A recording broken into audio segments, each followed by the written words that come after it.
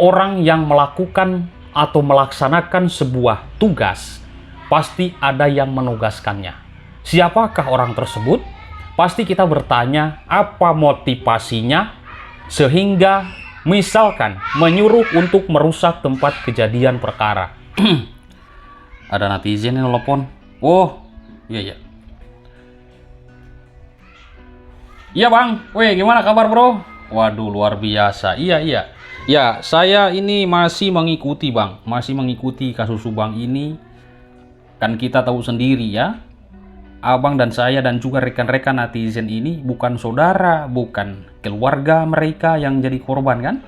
Tapi kita sangat-sangat berniat untuk positif. Semoga menjadi ibadah, kita viralkan saja bang kasus ini. Kita beritakan terus ya. Iya, seperti itulah. Akan kemarin juga kita sering ngobrol-ngobrol kan? Nah, ini ngomong-ngomong kerja di mana nih bang sekarang? Wah, luar biasa, iya. Oke lah, semangat ya. Oke, gimana keluarga di kampung? Sehat-sehat ya? Iya bang, kasus Subang ini, sekarang ini kita masih menunggu kasasi ya. Karena ini belum inkrah, kecuali mungkin terpidana Danu ya, atau Ramdhanu ini yang divonis 4 tahun penjara. Kalau Pak Yosef Hidayah yaitu 20 tahun penjara, karena ini adalah pembunuhan berencana 340. Kan kita sudah mengetahui pasalnya berat kali bang ya. Ini kan bisa 20 tahun penjara, bisa seumur hidup, bisa juga hukuman mati. Namun kemarin kan ada kuasa hukum baru ya, yaitu Ibu Sylvia Sumbarto. Nanti abang simak deh kalau ada live di TikTok ya, di TikTok Puri. Nanti saya kirim ya linknya. Atau nanti kalau live saya kirim juga, ikutan live saja lah, biar enak kita ngobrol di situ. Kita diskusi di situ ya, bebas diskusi. Karena ada sering hadir juga dari penasihat hukum Pak Yosef Hidayah, seperti itu bang ya. Nah sekarang saya dan juga mungkin rekan-rekan ini masih menunggu bagaimana keputusan kasasi, karena belum bisa membahas apakah diterima dan tidak, seperti itu bang. Iya bang, oke lanjut bang ya, makasih waktunya ya. Iya enggak ganggu bang, terima kasih nih sudah telepon lagi. Baik. Oke, salam buat keluarga bang ya. Yuk, iya. Waalaikumsalam. Halo teman-teman, saya melanjutkan kembali pembahasan kasus Subang. Setelah sekian lama kita mengikuti kasus Subang ini, saya menyikapi dan mencermati banyak sekali perdebatan di publik. Dan ini luar biasa. Karena saya yakin teman-teman ini begitu tajam menilai dan juga menyimak kasus ini. Bagaimana dan apa sebenarnya yang terjadi. Saya menganalisis kasus ini ada permainan dan bisa saja juga ada sebuah politik teman-teman. Dan ini seorang pelaku atau seorang dalang sangat profesional dalam melaksanakan tugasnya untuk mengatur sebuah skenario, membuat orang-orang menjadi bingung. Dan sekarang sudah ada terpidana 2 orang dan juga tersangka 4 orang. Karena ditambah oleh Taryono, yaitu salah satu oknum dari polisi yang merusak tempat kejadian perkara. Dan ini sebenarnya masyarakat banyak sekali yang berkomentar yang saya simak bahwa tidak puas dengan adanya oknum hanya 1, karena dugaan-dugaan publik ini dikatakan ada yang mengatakan ada 1, 2, 3, 4, 5 dan bahkan banyak sekali. Nah ini teman-teman, tentunya kita pasti menganalisis dan juga berlogika. Orang yang melakukan atau melaksanakan sebuah tugas, pasti ada yang menugaskannya. Siapakah orang tersebut? Pasti kita bertanya apa motivasinya, sehingga misalkan menyuruh untuk merusak tempat kejadian perkara. Mohon maaf berisik ya, banyak kali anak-anak di sini pada main di depan.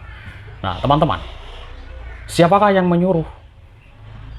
Apakah seorang dalang yang profesional inilah yang membayar oknum-oknum tersebut?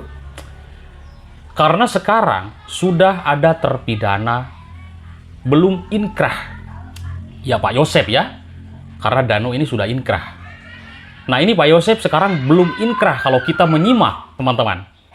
Meskipun di sini saya melihat hampir 95% masyarakat yang berkomentar bahwa sangat percaya terhadap keterangan Danu bahwa merekalah para pelakunya, gerombolan para pelakunya yang telah membunuh Ibu Tuti dan Amalia. Ada juga yang sama sekali tidak percaya. Itulah polemik di masyarakat yang saya simak. Dan itu memang wajar sekali. Silahkan teman-teman berkomentar apapun, menganalisis tentang masalah hal kasus ini yang banyak sekali kejanggalan.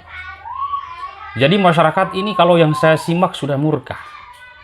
Dan intinya teman-teman, saya dan mungkin teman-teman dimanapun berada, untuk saat ini kita masih menunggu bagaimana keputusan kasasi.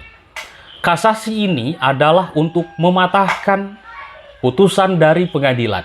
Nah, ini luar biasa. Ini saya belum bisa membahas dan menyampaikan kepada teman-teman bahwa akan diterima atau ditolak ya. Karena saya pun masih menunggu kabar-kabari nanti yang akurat dan saya akan menyampaikan kepada teman-teman. Intinya, pembahasan-pembahasan sekarang ini ya saya ingin sekali memviralkan kasus ini. Teman-teman mungkin sudah mengetahui saya bukan saudara dengan kedua almarhumah. Ya kan, bukan juga keluarga, tapi demi kemanusiaan, viralkan kasusnya. Semoga menjadi ladang ibadah. Viralkan kasusnya agar didengar oleh Mabes Polri dan langsung diusut tuntas, terutama oknum atau obstruction of justice yang menghilangkan CCTV, menghilangkan jejak, menghilangkan sidik jari, mengacak-ngacak tempat kejadian perkara atau TKP. Yang mana TKP adalah pusat data demi terungkapnya sebuah kejadian, karena di situ banyak jejak para pelaku yang tertinggal, dan itu pasti teman-teman. Pakai sarung tangan apapun dan itu pasti ada jejak-jejak ya. Jejak telapak kaki atau jejak pegangan tangan dan masih banyak lagi, karena tidak ada kejahatan yang sempurna. Bisa saja rambutnya juga jatuh, ya kan? DNA segala macam. Nah, di sini di kasus Subang, saya sering mendengar sekali adanya 2 DNA asing atau 3 ya, seperti itulah. Nah, ini bisa saja teman-teman DNA asing ini adalah benar-benar pelakunya. Karena sekarang ini saya juga belum puas ya, terus terang. Dan tidak puas, bukan belum puas ya. Sudah adanya justice kolaborator dan sudah divonis 4 tahun, Pak Yosef 20 tahun penjara. Tapi kenapa yang 3 tersangka ini masih bebas melenggang di Subang? Kalau benar-benar mereka adalah para pelakunya, kok tidak ditahan gitu loh. Ini kan masyarakat bergejolak. Kenapa kok tidak dibui? Atau ada sidang, ada kesaksian, ya kan, keputusan majelis hakim, vonis sekian. Kan harusnya logikanya itu bareng. Danu, Ibu Mimin, Abi, Arigi, Pak Yosef itu bareng. Sidang bareng, ada kesaksian pun bareng, ada vonis pun bareng. Nah, ini yang menjadi polemik di masyarakat yang saya simak adalah belum ditahannya. Tapi entah ya, kita tidak tahu. Karena kalau nanti saya mendapatkan sebuah informasi yang akurat, maka saya akan menyampaikan bahwa, oh, ada penangkapan ini, kan seperti itu ya. Nah, kita lihat, karena sekarang ada kuasa hukum dari Pak Yosef Hidayah, Ibu Mimin, Abi, dan Arigi, yang baru, yaitu Ibu Sylvia Sumbarto, yang masih berjuang sekarang, yaitu bagaimana untuk mencari keadilan dan apakah benar-benar para pelaku ini adalah mereka, atau Ibu Sylvia ini yakin bahwa Pak Yosef, Ibu Mimin, Abi, dan Arigi, dan juga Danu, dan juga Yori sudah dikatakan mereka bukan para pelakunya.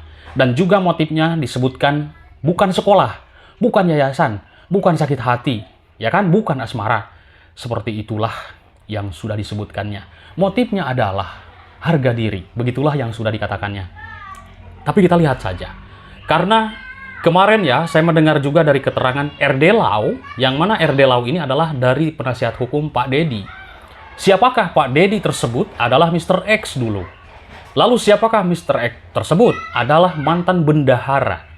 Nah, di salah satu lembaga pendidikan atau sekolah milik Yosef Hidayah yang menaunginya adalah sebuah yayasan bina prestasi nasional. Bendahara. Yang mana bendahara adalah masalah keuangan. Uang masuk, dia tahu catatannya ada. Uang keluar, dia tahu catatannya ada. Kan seperti itu. Nah, di sini yang dipertanyakan di dalam sebuah fakta persidangan adalah siswa fiktif, tapi dana bos mengalir. Ini kan ada main, harusnya kan tidak mengalir, ya kan? Ini loh bagaimana siswa fiktif? Apakah tidak ada audit, ya kan? Atau bagaimana? Ini banyak sekali keanehan dalam kasus Subang ini, makanya banyak sekali yang menganalisis ada unsur politik dalam kasus ini. Ada yang mengatakan seperti itu. Karena ini saya yakin yang main dalam kasus ini bukan orang sembarangan, yang mengatur sebuah skenario, bisa saja yang sangat profesional ya, seperti itu. Dan ini para pelaku lama di TKP, banyak waktu untuk membersihkan tempat kejadian perkara, seperti itu. Oke teman-teman, kita sambil menunggu kasasi, bagaimana nanti keputusannya, apakah menang atau tidak, saya belum bisa membahas hal itu. Yang jelas, saya hanya bisa memviralkan kasusnya ya.